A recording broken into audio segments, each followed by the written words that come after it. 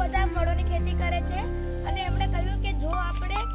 પ્રાકૃતિક ખેતી કરશું તો આપણને સારું ખાવા મળશે અને બીજાને પણ સારું ખાવા મળશે. જો આપણે રાસાયણિક યુક્ત ખેતી કરીશું તો બીજાને એ લોકોથી કેન્સર થઈ શકે અને એ લોકોનો પાપ પોતાને મળશે અને પછી આપણે એ લોકોના પાપના અધિકારી બનીશું. એટલે જો પ્રાકૃતિક ખેતી કરવી જોઈએ. રાસાયણિક ખેતી કરવાથી આપણી જે જમીન હોય છે, જેને આપણે માતા કહીએ છીએ, તેને જ આપણે ઝેર પીવડાવીએ એવું મનાય છે. તેથી આપણે પ્રાકૃતિક ખેતી કરવી જોઈએ. Thank you. સુરત તરફથી હું વિજય ત્રિવેદી અને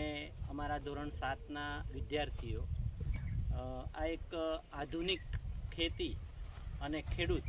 કે જેમણે અનેક એવોર્ડ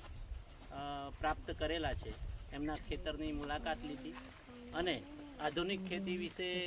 આપણે શું કરી શકીએ અને કેવી રીતે એ શક્ય બને અને ભવિષ્યમાં એનો કેવો ફાયદો થઈ શકે તેના વિશે ઘણી બધી માહિતી મેળવી. પ્રકાશભાઈ તરફથી ખૂબ સરસ એવી બધા વિદ્યાર્થીઓને માહિતી આપવામાં આવી અને ખરેખર એમણે એક અનુભવમાંથી જે શીખ મેળવી છે અને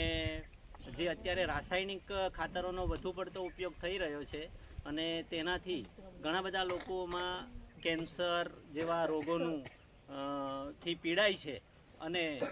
એમાંથી મુક્તિ આપણે ભવિષ્યમાં કેવી રીતે મેળવી શકીએ તો ખાસ કરીને રાસાયણિક ખાતરોનો ઉપયોગ ઓછો થાય અને એમ કરતાં કરતાં સદંતર બંધ થાય અને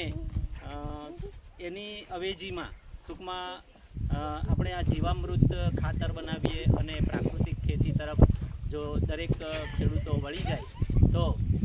ઘણા બધા માણસોનું કલ્યાણ થાય અને સુખ સંપત્તિ પ્રાપ્ત